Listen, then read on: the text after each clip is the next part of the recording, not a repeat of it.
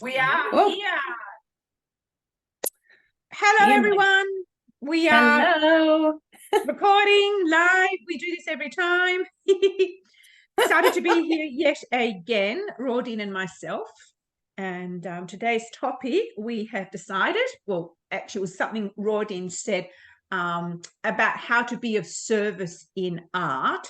And then we decided to actually, I'm just going to, oops, here we are. So we're just checking. And also about how to make money, pricing, how to put a price on it, how do you value yourself. And I sort of think you could talk about that in the context of art, Rodine, because I'm not there yet with mine, but I can talk also about being in business. Because I had a product, but now I'm also in service. And how do we value ourselves, you know, and put a price on what we're doing? Because in fact, my coach said to me, no, I didn't think of bringing the notes down because of course I didn't think we'd go there.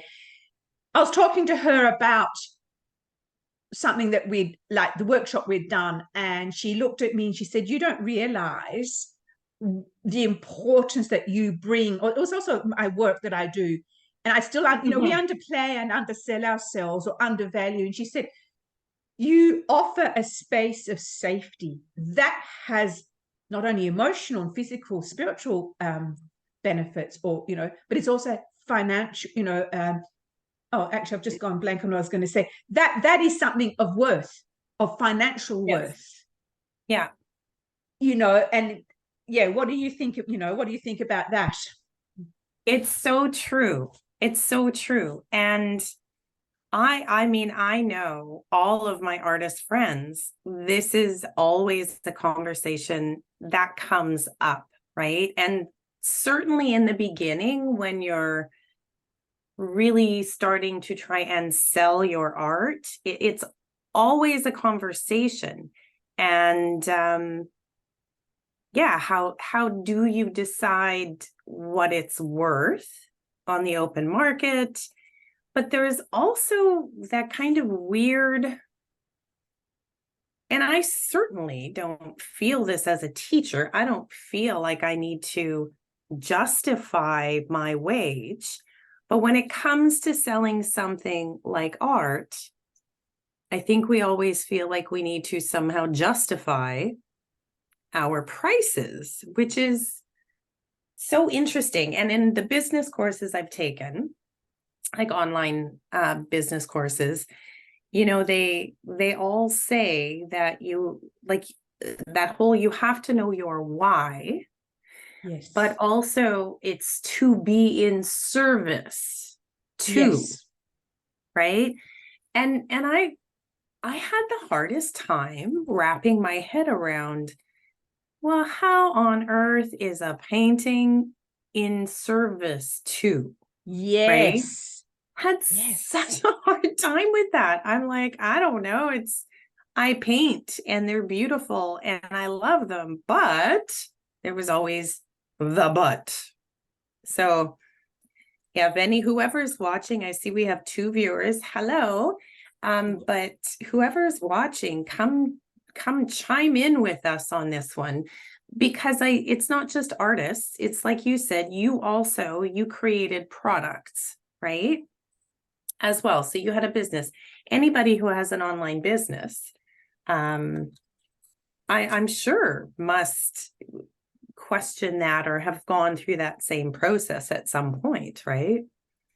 Look, I agree with you. And it's when I had the skincare range, I mean, it was still challenging to work out how much to do because I wasn't a player with the big leagues, but I knew my product were actually equally as good.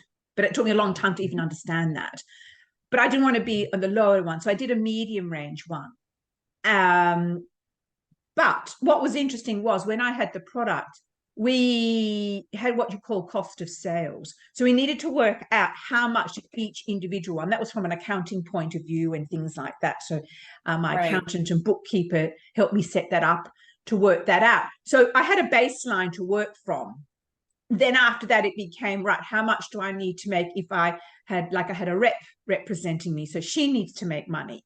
Then then her the stockists need to make money, and then, you know, so you had to consider all that, take it into play. So do you have it where you're selling lots of little cars, as my male late mentor said, which is so, or do you want to sell the big, like the Jag or the, you know, the Rolls Royce? Yes. Yeah. You Well, know, the entry level item or the high ticket item. exactly right. That's exactly right. So Yeah. then when I swapped across to becoming a counselor, well, that was different again, because that really was my self-worth. There was, okay, you can look at, you know, paying your calendar fees and your Zoom fees and things like that, but it's a very different feel when it's what you are offering, your service you're giving someone. Because what, and I suppose you would have this too in art, because I know my partner had this with his jewelry and now he's with his photography. What someone perceives as value, someone else doesn't. Yeah. You know, and what someone else sees as that's way too expensive, someone else will go, my God, is that all? Absolutely, right? And so that also always comes up into conversation is that your right clients are the ones where they see what you have to offer, love it, and they don't see the price tag. They simply pay it gladly because they're so happy to be able to own what you're offering. That's right. Right? That's right. Yes. Which is, and I think you made a point, I think before we came on, that they see the value also for themselves, you know, yeah, of owning your yes, piece or having the jewelry in my, yes. or the photo, or in my case, it'd be having a session with me. Because again, the other thing is yours is tangible, product is tangible, whereas service is not tangible. So how do you tell someone the benefits? And I was talking again with my memoir. My God, writing this memoir has been the best thing and the hardest thing and the most challenging things. It brings everything up. It's like, oh, I've just gone blank on what I was going to say. Where was I? If anyone's watching, can they oh yes, that's right. So we're talking also about how to share the benefits or the goals for someone in marketing. How do you put your KPIs, so key indicators?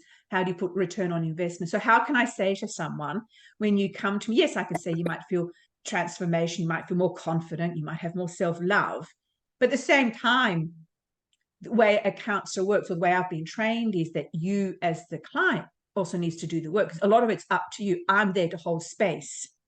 Yeah, you know, absolutely. I can't say to you, go and do this, this, and this, because that's not what it's about. A coach can say, right, go and set up this marketing, go and set up your calendar scheduling. So they're tangibles, you know. Set up an email list, that's tangible. How you do it, now that's different, because that's then making it your own. So it's been a really interesting journey of how do we share the value? Because even with yours, yes, you've got something tangible, but what's behind it? So do you want to go talk about what you were saying to me about how it went from here finally into here? You had that moment. Yeah, I mean, I certainly have gotten better just being comfortable with my pricing, and but a lot of that also came from more thinking about it logically, right? I mean, I've been doing this for 25 years now, I think 20 years, 25 years. Yeah. I have been in galleries, right? And these are all these things that I forget about, but I have been galleried. And so that shows that there is some kind of external value that has already been placed on what I do. That's right. That's right. And then what else? Where was I going to go with that? About bringing it into here. So there's you had it suddenly dropped into that. You went, wow. It did. And I mean, of course, as we all know, that's an ongoing process, right? You work on something, those things don't happen overnight.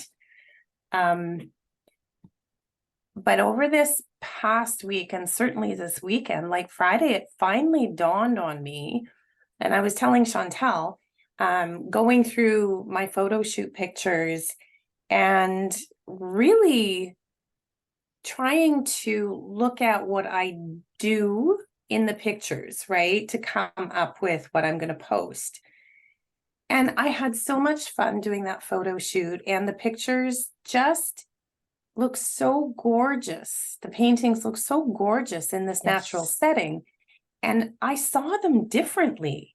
I didn't see them as an artist who, yes, I love them and I think they're beautiful as an artist because I made them. But I really took I got to really see them and see their energy. And I've always said, and again, it's like I knew it up here. They have their own unique, incredible energy. They have vibrancy. Every single one is different. And I was like, oh, I think I get it now. Like, I think I get it in here, right? In my heart space. It's like, oh, yeah. So and then it made having art as being in service to others made so much more sense, right?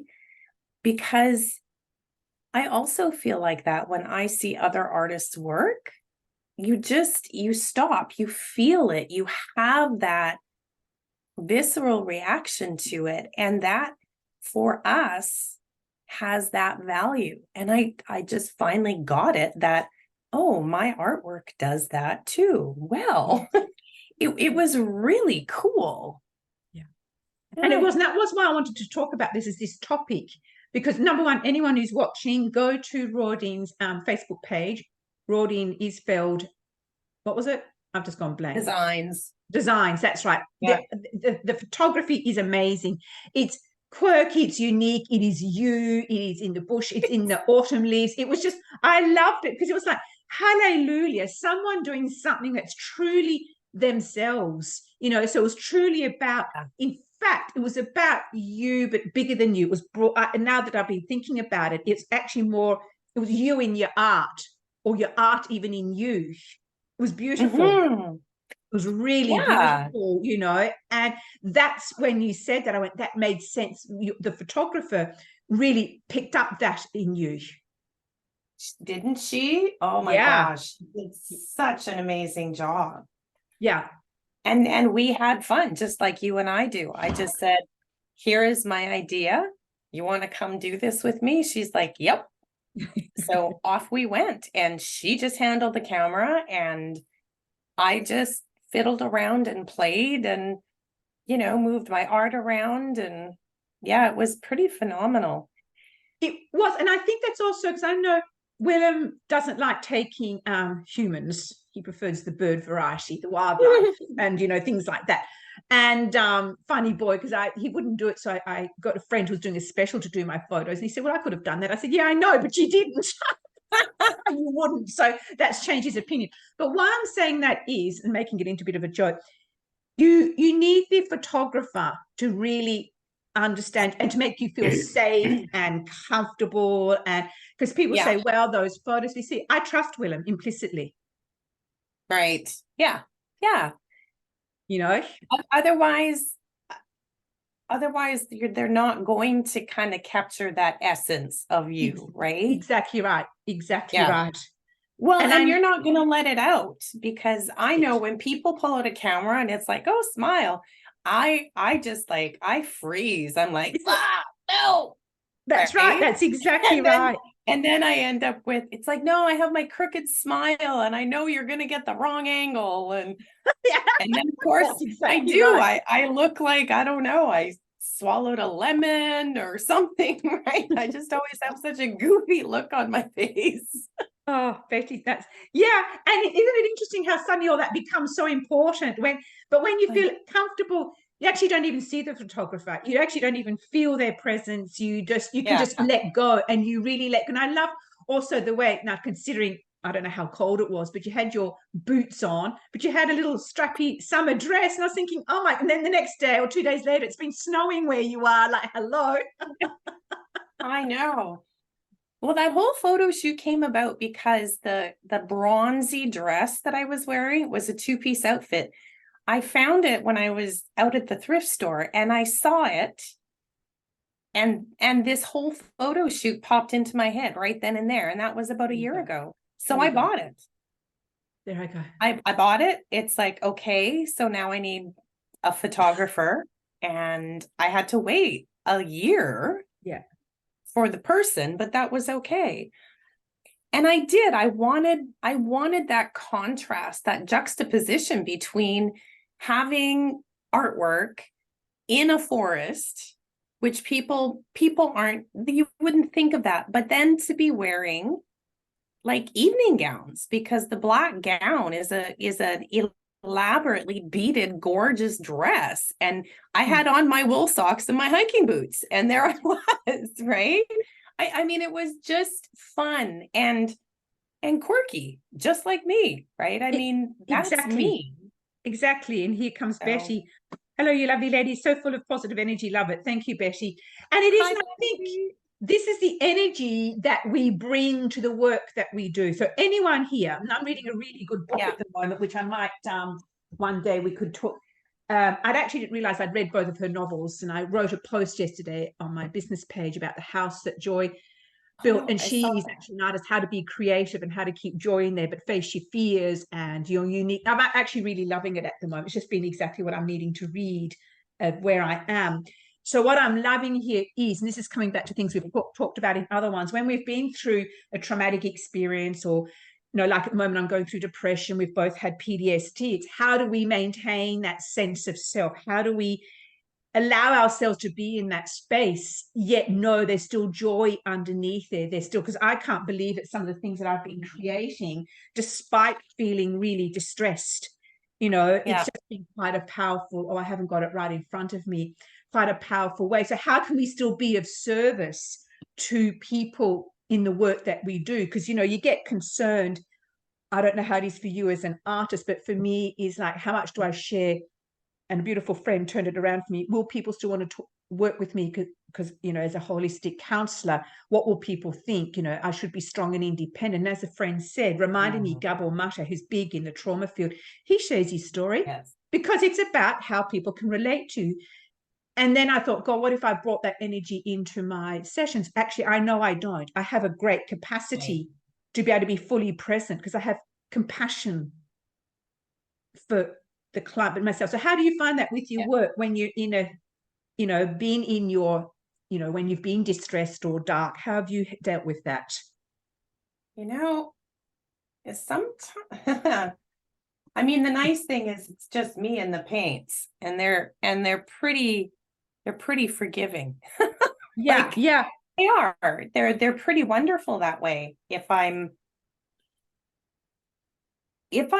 really struggling, I find that that's actually not a good time for me to necessarily create.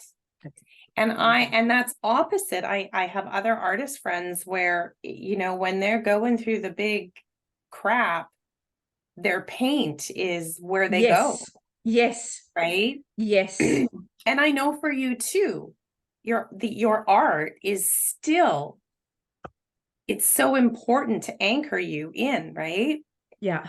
For me, and I've kind of asked myself that. I'm like, why do I do that? Why do I kind of step away from it? I'll do a little here and there. But I certainly don't tackle anything big or anything really new. So, no, go ahead. No, I agree, because when you think of tackling something big on you, I know when I'm in this state of vulnerability and doubting myself, I can't stand, because art isn't my thing yet. I stick to what I know. So again, it's about finding your support system. So I was trying to do something different yesterday, and ended up being what I know, but that was okay, because that's another topic we're going to talk about in one of our other sessions. We've got, so yes, it's interesting. I think, again, anyone watching or on the replay, how do you handle this? So what do you do? Do you absorb yourself in things you love, which if you do art? So what do you do instead, Rodine? Good question. that I think that's where I just kind of go inward and I do a little more, I become a little more contemplative and just kind of more allowing stuff to come in and then go out, Yeah. right? Okay. Okay. So you tend to go more inward and hold the Yeah. space, the capacity to then come back out. Is that how Yeah. okay. Yeah. That's interesting because, and this is, oh, I love this. I love our conversation because I know I go inward, but I use that inwardness to express myself on the paper. So it's a different Wow. way. It's similar, but it's not similar, you know? Right. And you know what? I have often wondered if, because what I do is so very specific too, right? I Yes. mean, I paint my northern lights. I I don't really do abstract. I've kind of tried, but I really have no idea what I'm doing. And I know it shouldn't matter, so I just have to get brave and and just do it and just play. Yeah. But you know what? So yeah, so what I do is so very, very specific, but I also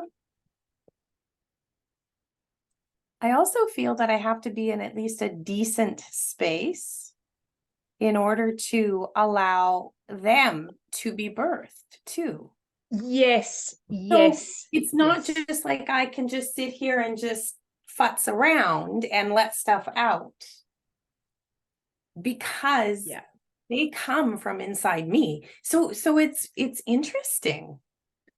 Isn't It that is interesting? interesting. Whereas for me at the moment, because I'm still beginner and developing my style, for me it's the opposite. That's why I like abstract, because I don't have anything in, well, I do try to, I've had to let go. Right. So while we've been talking, I've just done this, because I don't have to think. I can talk and think and not worry. And what I'm learning to do is be happy I love it.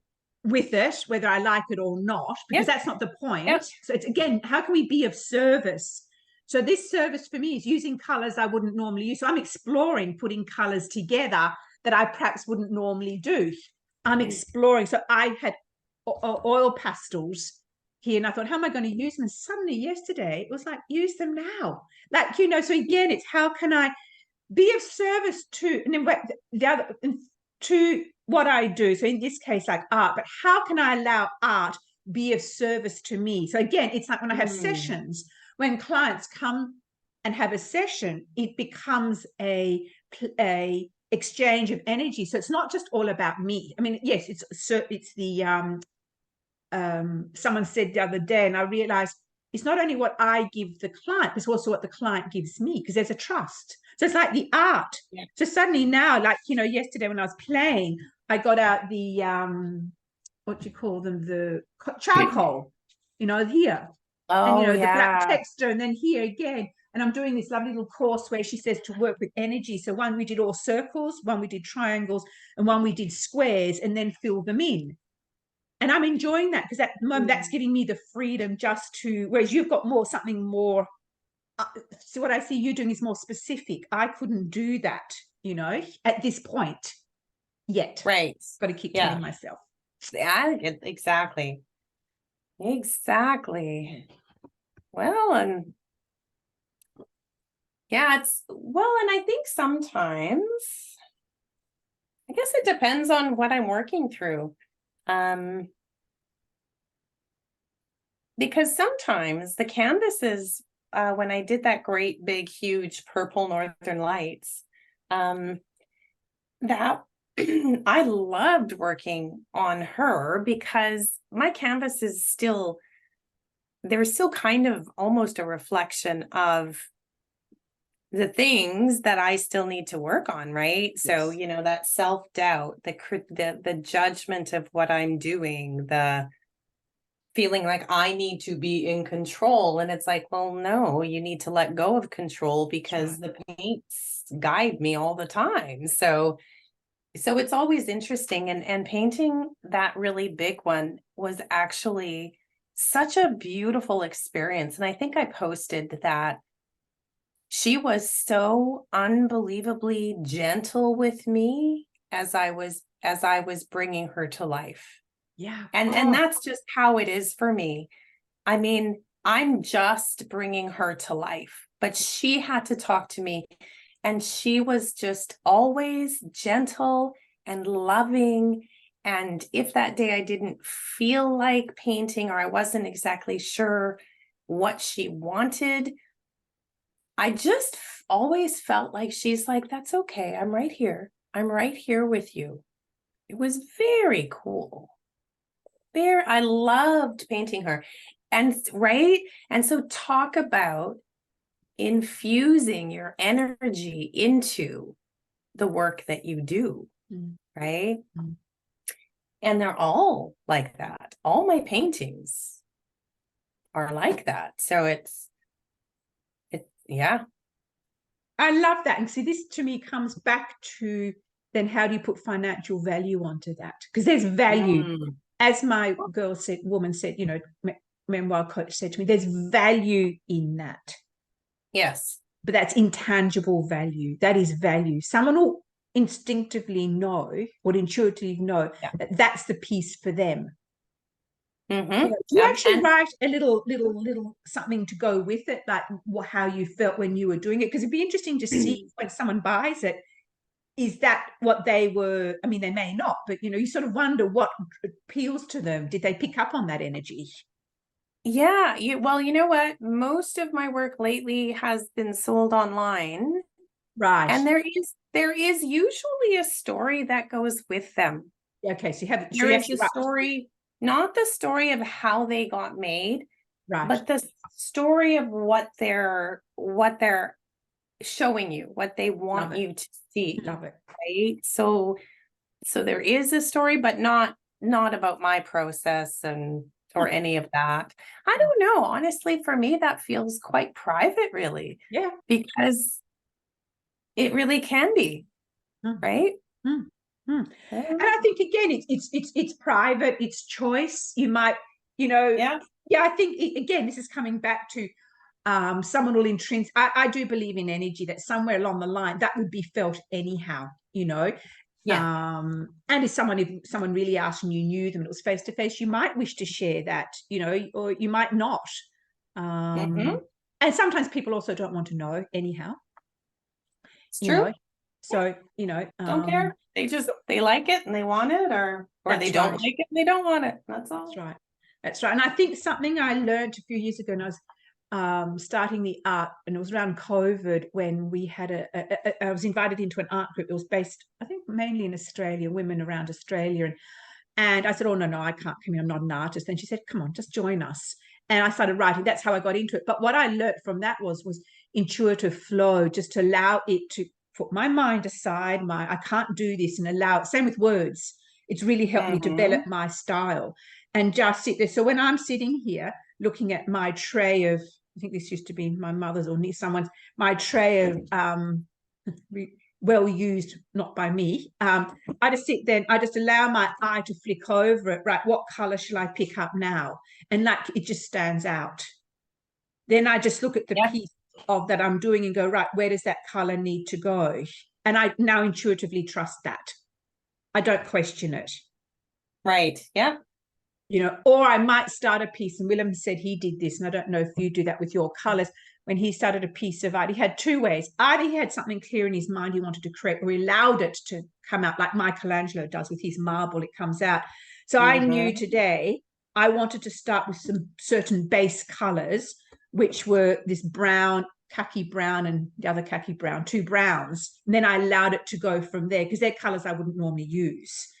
But they were the Right. colors I looked and went, okay, that's going to be my base. That is what I'm going to do, and work from there, you know. Cool. Yeah. Mm.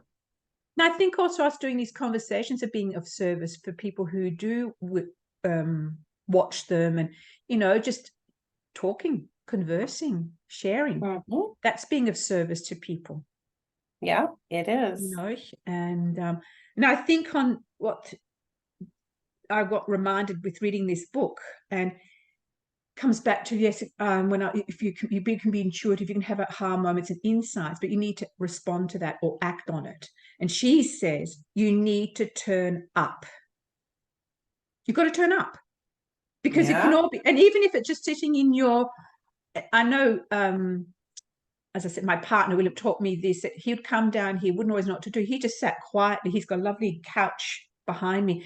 And he just came down here. And even if he just read a book or contemplated, sometimes fell asleep, it's turning up. Mm-hmm. But how can we, and this goes for life, this goes for business, this goes for if you're on social media, isn't it? It's just turning up. And even it doesn't mean turning up and sitting in your studio. It's just turning up to show up for yourself. Because she says here, see, then it has a chance of becoming. Because if you don't turn up, it won't become. Something won't come to life, whatever that might be. It doesn't come to life. It just stays in your head as a concept, an idea, you know. So, yeah, I just thought that was really turning up. That's what you do. Yeah. Actually, it's also interesting. And I have thought about this before too. They say also so there's that, I think that difference between showing up and just allowing, just kind of opening up for whatever the experience will be, whether you end up arting or not, versus imagining the doing, because of course we can produce the same feelings, and then the feeling is if it's been accomplished, and then you're less likely to do it, which is I found that one interesting. And who says that? But that also works to our advantage if we're trying to bring things into our lives, so we can imagine the changes having happened, right? Dr. Joe Dispenza. Yeah. Yeah. So I'm like, oh, well. So then it's like, shoot, is there a certain point where you have to cut off your visions? I love it. And I think this comes back to what we've been talking about for all our sessions over how many months, is it's about doing you, and how do you do you? And that for me has now become the path, now that I'm out of the, you know, the depth of the trauma. Okay, yes, I'm in the depression, but it's how can I do me? What is my path now? And what choices can I make? And again, it is, and that's just, now I look at it as, it's just as reflections, like what we're doing is reflecting. I no longer get so stuck on it, because when I did get stuck on it, then I went into inertia, then I wouldn't do anything, you know. Yeah, right, because you think, oh my God, I'm feeling this thing, I have to stop my life because it's like, that's right. And then I'd go, I think this way, and then I think this way, and then I think that way, because I'd overthink. Then again, I'd go, okay, I just blew my mind. Right? So, you know, it's that. And I think it comes back down to just doing you, turning up, trusting yourself, and having faith. Yeah. Okay, anyone who's watching, anything you'd like to add to this as we come to the end of this? Well, thank you for watching and sharing with us. And if you've got any topics, let us know. Because, you know, it's always good to talk about things, you know, you'd like to hear us talk about as well. Is there anything else you'd like to say as we come to the conclusion, to the end, Rodine? I don't think so. No, me neither. Just that, again, it's been lovely. Yeah, it always is, isn't it? It always is. It is. Thank you, Rodine, again. Thank you, everyone. Great start to the week, and enjoy, and look forward to seeing you this time next week. Yes, have a great week, everybody. Bye. Bye.